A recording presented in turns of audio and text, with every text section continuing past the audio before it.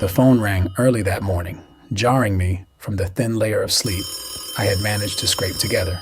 It was 1982, and Chicago was starting its day like any other. Except this day would mark the beginning of a nightmare, a series of deaths that would send shockwaves across the country, gripping the city with fear, suspicion, and horror. "Detective, we've got something strange." My partner's voice crackled over the phone. "A family in Arlington Heights, all sick, one dead. It's not food poisoning. They think it's something else. Might want to come take a look." I arrived at the scene. The house was quiet, eerily so. In the bedroom, I found the body of a 12-year-old girl, Mary Kellerman, lying still in her bed, her parents beside her, pale with shock.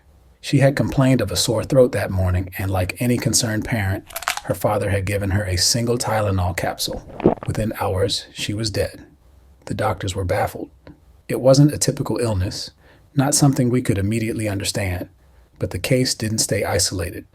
Within hours, more calls started pouring in from hospitals around Chicago. Similar deaths, all sudden, all unexplained.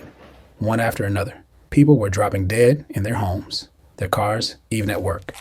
They had all taken Tylenol, just one capsule, before their hearts stopped. 7 victims in total. We realized it wasn't some natural virus or foodborne illness. This was something deliberate, malicious. It was murder. But there were no footprints, no fibers, no signs of a break-in. How could someone kill from a distance like this without even touching their victims? The answer came from the toxicology reports. Cyanide. Every one of the Tylenol capsules we tested contained lethal doses of cyanide, enough to kill within minutes. The poison was colorless, odorless, undetectable until it was too late. And it wasn't limited to just one bottle or one store. The poison was spread across the city, hidden inside seemingly ordinary bottles of over-the-counter medicine. We had a phantom on our hands.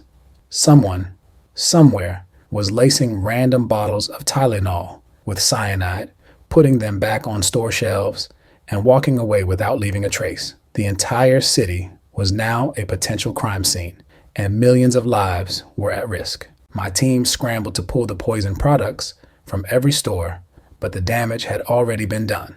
People were terrified to take anything, even the simplest medications, fearing they could be next. We interviewed store employees, combed through security footage, and sifted through thousands of tips, but nothing stood out. No clear suspect, no motive. The killer's reach was everywhere, but they remained invisible. It was a puzzle, one where every piece seemed to belong, but none of it fit together. Why would someone do this? Random victims, scattered across the city, none of them connected. There was no clear target, no revenge plot. It was chaos for the sake of chaos, and we were chasing a ghost. The case took a bizarre turn when a man named James William Lewis sent a ransom letter to Johnson & Johnson, the company that produced Tylenol. He demanded $1 million to stop the killings. It looked like a break in the case, but Lewis had no direct link to the poisonings, and while we caught him for extortion, we couldn't tie him to the murders. He was a criminal, but not the criminal. The media frenzy grew.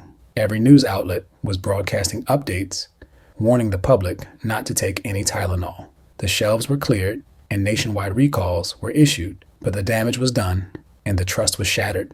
People were dying from something they thought was meant to heal them. How do you catch a killer that strikes with something so benign? For months, we followed every lead, every tip, every suspicious person in the Chicago area, but the poisonings stopped as suddenly as they had begun. Whoever had done this monster, had vanished into thin air, leaving 7 dead, and the rest of us haunted by the thought that they could strike again at any moment.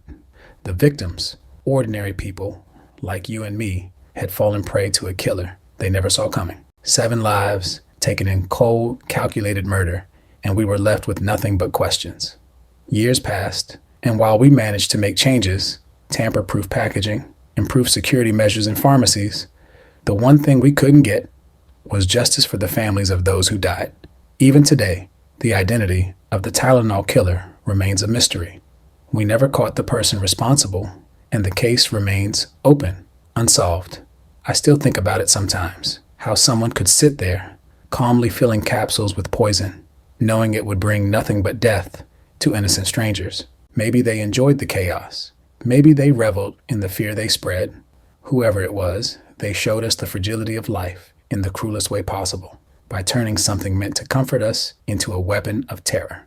So we wait, and every time I look at a bottle of Tylenol, I can't help but wonder, will this ghost return?